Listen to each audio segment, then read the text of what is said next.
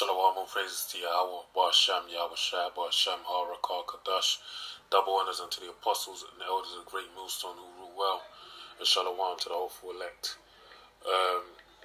This video is going to be entitled, A Time for Everything, alright, and this video basically, the time that we're presently in isn't, it didn't just happen randomly, right? The Most High Power set this time up with a specific reason for it to play out the way that things are playing out in this present modern day, right? So I'm just going to get right into the scriptures to basically debunk why that is. So this is Ecclesiastes 3:1.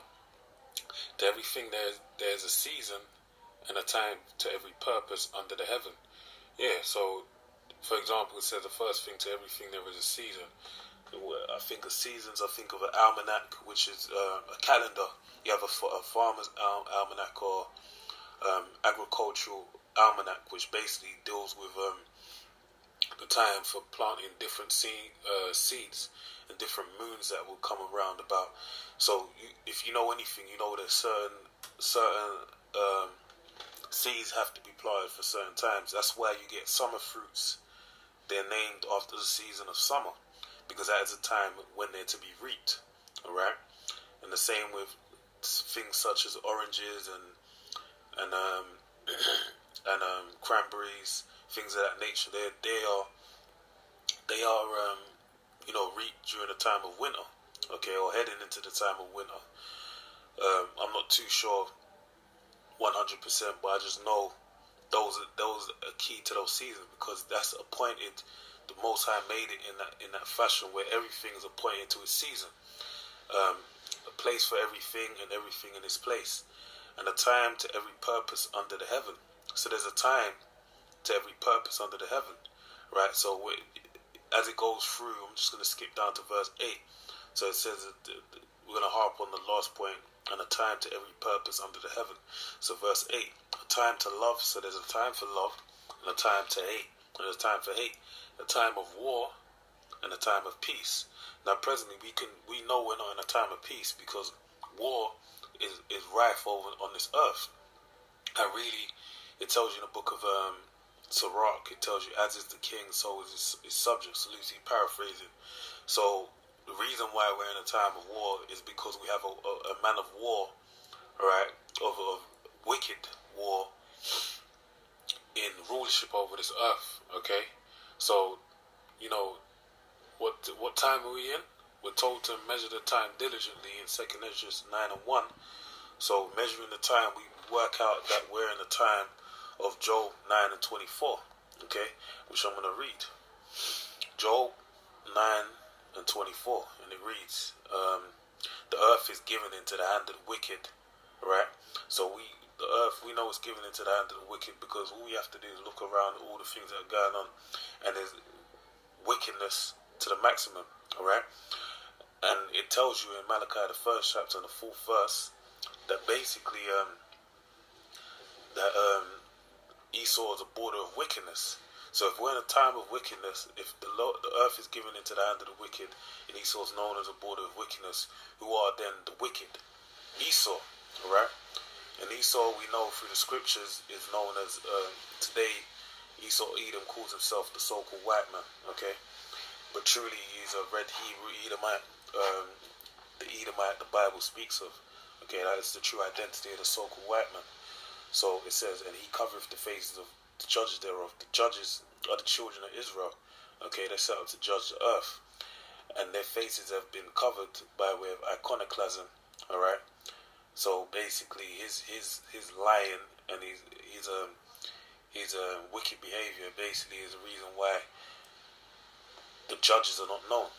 And then it goes on to say, if not, where and who is he? Yeah, if it ain't him, who is it then? But we know that Esau's ways are against the righteous man, as it tells you in 1 John 3:12. Okay, and Proverbs even says the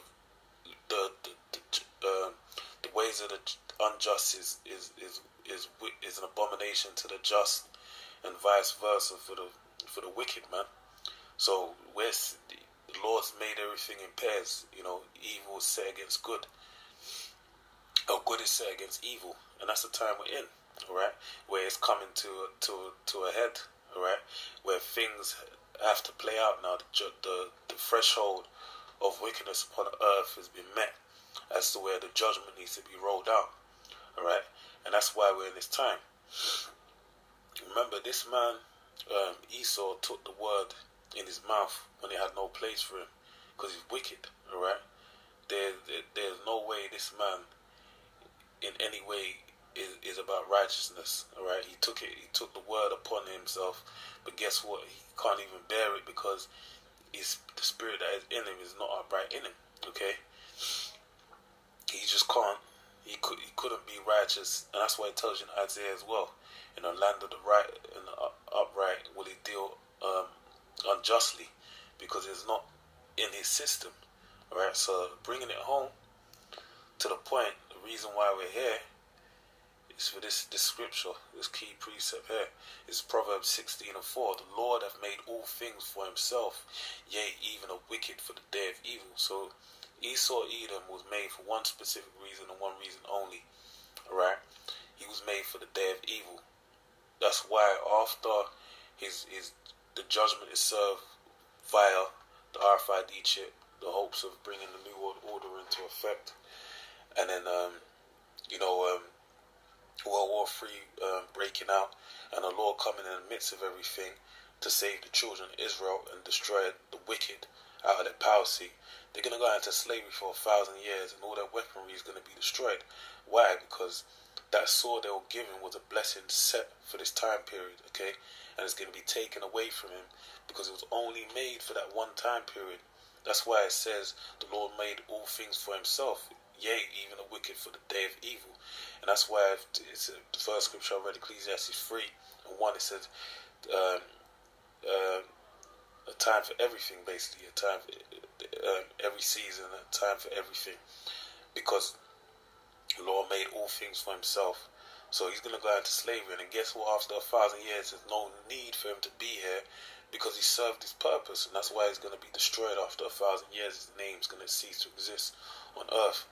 But before that happens, it tells you that we're going to have to go through. It tells you, alas, for that time is great, for there is none like it.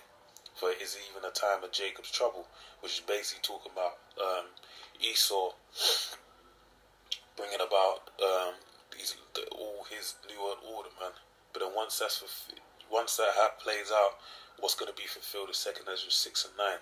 All right, the prophecy of Israel coming into rulership over Esau.